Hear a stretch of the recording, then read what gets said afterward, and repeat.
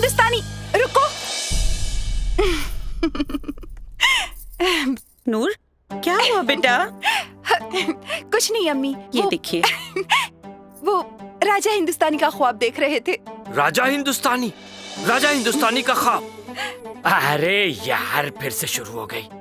देख, तू वो ख्वाब देखना छोड़ दे, क्योंकि तेरा जो ख्वाब है ना, वो ही बेवफा निकला। चचा जान, अब हमारा ये ख्वाब हकीकत में बदलने वाला है। हाँ। जो हम सो के ख्वाब देखा करते थे, अब वो हम खुली आंखों से देखेंगे। फर्क बस इतना ही है कि पहले हम रोया करते थे और अब हम हंसा करेंगे। नूर बाबा पे अल्लाह का करम हमेशा रहेगा। देखो बेटा, हमने आपकी बात को माना, हम आपको हिंदुस्तान लेके गए, उस लड़के से मिलवाया। अब देखो ना, उस लड़के ने आपको पहचानने से भी इनकार कर दिया। अब आप अपने अब्बू की बात मानिए, हैं? और एक अच्छी बेटी होने का फर्ज अदा कीजिए। भाई लतीफ। जी भाईजान। हमको एक अच्छा सा लड़का ढूंढ के दो, क्योंकि हम चाहते हैं कि हम अपनी नूर की शादी उसके साथ करेंगे। ठीक है बेटा? हाँ हाँ, ठीक ही है ना भाईजान, इससे क्या पूछना। आइए आप मेरे साथ। एक दो लड़के हैं मेरे जहन में, आइए मैं आपको बताता हूं। लतीफ मियां, तुम्हारा तो अंदाजे बयां ही कमाल का है। एक तो है। अपने वो रावलपिंडी वाले नवाज भाई हैं, उनका बेटा भी अब बड़ा हो गया है। नूर, पहले तो तुम्हारे आंसुओं से मुझे डर लगता था, अब तो तुम्हारी मुस्कुराहट से भी मुझे डर लगने लगा है। अल्लाह खैर करे। अम्मी जान, अम्मी जान, आप मत डरिए, क्योंकि अब हमने डरना छोड़ दिया है। अब अब्बू जान और चचा जान, पाकिस्तान से तो क्या, अगर 7 समंदर पार से भी हमारे लिए कोई लड़का ले आए ना निकाह के लिए, तो देखिएगा हमारा शहजादा वहाँ आके भी हमें ले जाएगा दुल्हन बना के। यहाँ आना तो दूर की बात है, पाकिस्तान की सरहद पार करना भी नामुमकिन है, समझी? अम्मी जान, नामुमकिन को मुमकिन करना ही हिंदुस्तानी जानते हैं, और ऊपर से वो ठहरा मर्द बिहारी। और अगर किसी भोजपुरिया को कहीं नवाब शरीफ के बेटी से भी प्यार हो जाए ना, तो उसे खुद नवाब शरीफ तो क्या, पूरा पाकिस्तान भी मिलके नहीं रोक पाएगा। क्यों, है ना?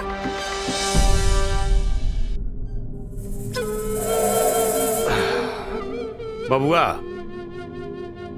अब की बार चुनाव के पोस्टर पर लिखवा दिया, राउर नेता राउर बेटा यमराज। लिखा जाए भैया, लेकिन बाकी चुनाव जितला के बाद का होई? चुनाव जितला के बाद? बाबू, चुनाव जितला के बाद बेटा से बाप बन के इलाका के अपना उंगली पर नचावल जाई। भैया, जौना के मार के ये कुर्सी पर बैठल बनी, ओकरे बेटा है सूर्या। का? हाँ भैया, पता चलल है कालू पासपोर्ट ऑफिस जा रहल बा, पाकिस्तान जाए खातिर। सूर्या, सूर्या, पाकिस्तान, पाकिस्तान में जाई तब तो मरिए जाई, लेकिन जौन हमरा गाल पर उ चप्पल मरवाले बनू, ओकर सजा ओकरा अपना मौत से चुकावे के पड़ी। देखिए, पासपोर्ट बनने में तो 1 महीना लगेगा, 1 महीना से कम में तो बनवे नहीं करेगा। 1 महीना तो बहुत दूर, हम 1 दिन भी रुक नहीं सकते हैं। ए साहेब, कोनो शॉर्टकट तरीका निकाली ना ले दे के कि पासपोर्टवा जल्दी बन जाओ। हाँ। एक तो चौबे जी, ऊपर से नहीं सरकार।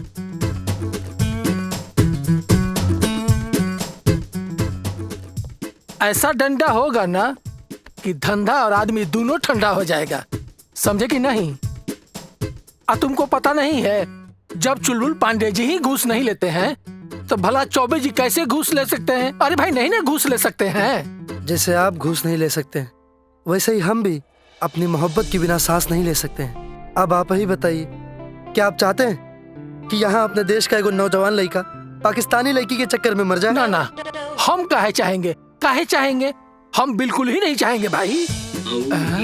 बाकी एगो रास्ता है, लेकिन तुम मारे जाओगे। सर, आप तो जनबे करते हैं कि एगो हिंदुस्तानी लड़का और ऊपर से भोजपुरिया अपने प्रेम में ही मर सकता है। सारी दुनिया मिलकर भी उसे नहीं मार सकती है। और आपने भी तो कभी किसी से सच्चे दिल से प्यार किया होगा ना सर? हाँ, हम भी प्यार किए थे, लेकिन बीच में बाबूजी की मूंछ आ गई, इसलिए उनकी वजह से छोटी करवानी पड़ी अपनी मूंछ। खैर, आप लोग छोड़िए इस सब बात को। खैर छोड़िए। देखिए, वो कहा है कि बॉर्डर के अलावा हिंदुस्तान पाकिस्तान को एक ही चीज जोड़ता है, वो है सिंधु नदी। सिंधु नदी का फाटक हमेशा खुला रहता है, कभी कभार ही बंद होता है, आधा घंटा के लिए। हाँ। सिंधु नदी का बहाव इतना तेज है, तूफान से भी ज्यादा तेज है। अगर उसके बीच से निकल गए तो पहुंच गए अपनी मोहब्बत के पास। कहीं बीच में लटक गए तो तुम भी मर गए और तुम्हारी मोहब्बत भी मर गई। सिंधु नदी से ज्यादा तेज मेरा जुनून है। तुम्हारे जुनून को देखते हुए हमरा भी खून गर्मा गया है। तुम तैयारी करो जाने की, हम तरकीब बताएंगे तुमको पहुंचाने की। जय Shri Ram. Yes, thank you sir. Thank you sir, thank you.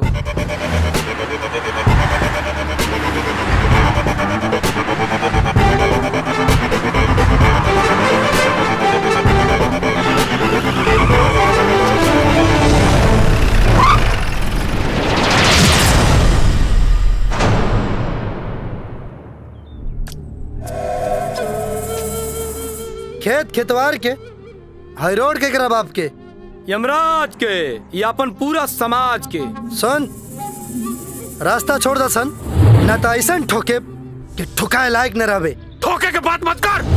जहां तक तेरी सोच है वहां तक मेरी पहुंच है। चप्पल मेरे गाल पर जरूर पड़ा था, लेकिन चोट सीधे यहां पहुंची है।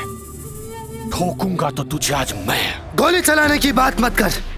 गोली चलाने के लिए ट्रिगर पे पकड़ और सीने में अकड़ होनी चाहिए। बड़ा गुरूर बा एकरा के हो। यह गुरूर एकरा बाप के रहे, तभी तो हम यहाँ से मिलके तो हर बाप के मार देहनी है बाबू।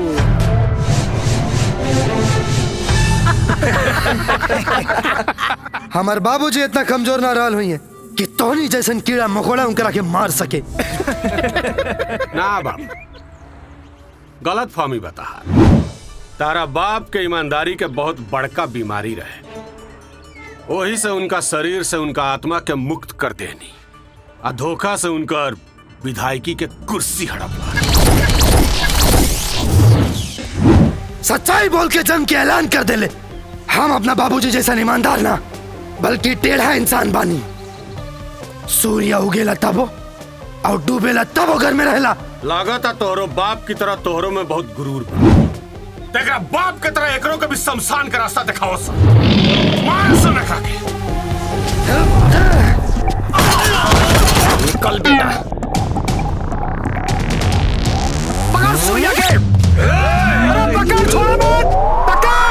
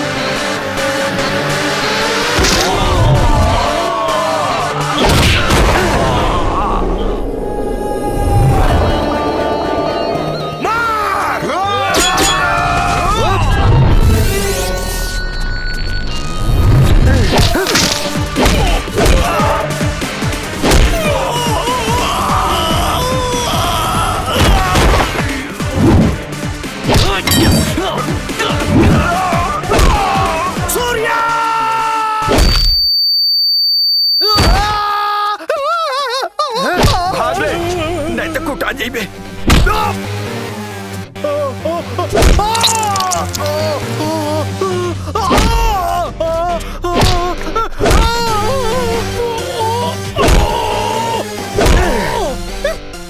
बेटा हमरा के माफ कर दे, छोड़ दे हमरा के। जब तू छोट रहले ना तो घोड़ा बन के अपने पीठ पे बिठा के तोरा के घुमावले रहनी है। छोड़ दे बेटा। चुप! घोड़ा रहते तो धोखेबाजी ना कैले रहते। अरे तारा से बढ़िया तो कुत्ता हो खेला जे अपना मालिक के खातिर अपन जान तक कुर्बान कर देवेला। बाकी तू तो हमारा बाबूजी के धोखा से मार के उनके गुनाहगार के साथ देले।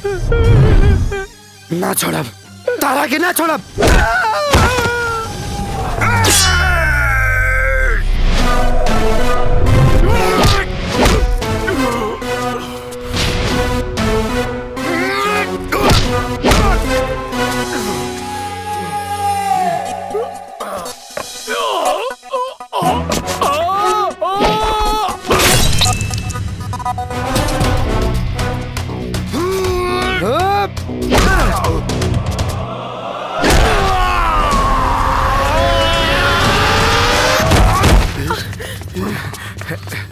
ठीक पड़ा ना बेटा।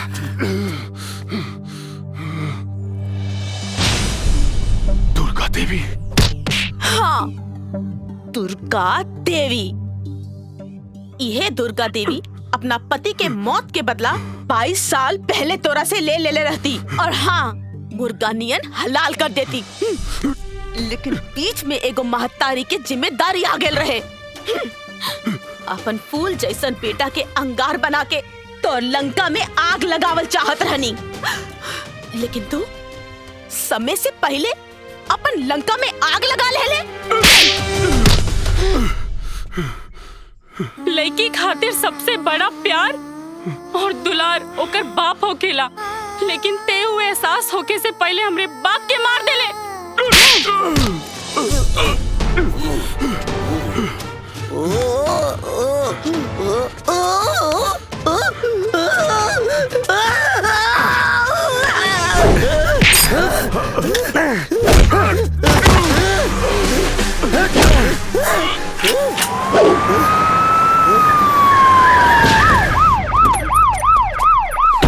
रुक जा सूर्या, तू कानून के अपना हाथ में मत ला। एकरा के सजा कानून दी। कानून? अगर कानून अपन काम ठीक से कैले रही तही आज ले जिंदा ना रही। ई यमराज हमार बाप रामचल पांडे के हत्यारा आज ही जिंदा ना बची। आज एकरा के मार के रहे। ना सूर्या, नेटवर्क सब बता देले बा और शहीद के औरत के वीडियो भी दे देले रहनी, जेकरा चलते तू एकरा जुतियले रहला।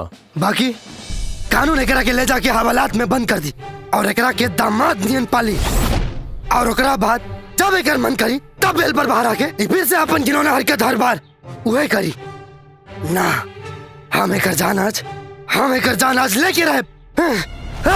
रुक जा सूर्या, अरे जब राम रहीम ना छुटले तो एकर कौन औकात। एकरा तक कम से कम 20 साल के सजा दिलाई।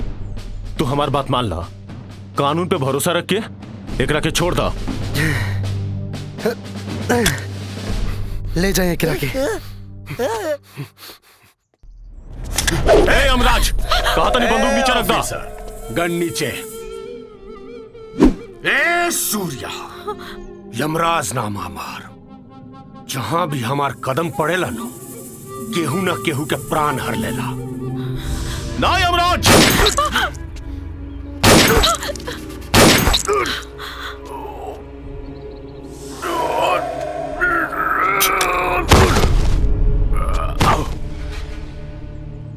सूर्या, ये क्या कहला तू? हाँ, हम तो तोरा के छोड़े खातिर कहले रहनी हा, तू वहां पे बंदूक फेंक के चल गेला। अगर तोरा के मार देले रही तो कैसे मार दे हमरा के? मैगजीनिया तो हमरा लगे रहे। हाईली संभाली चल माई, बाकी सब इंस्पेक्टर साहब के हवाले। चला जा, ले चला के बॉडी के पोस्टमार्टम पाकिस्तान जाके जुगाड़ हो गई। Click on the bell icon to get regular updates from Venus.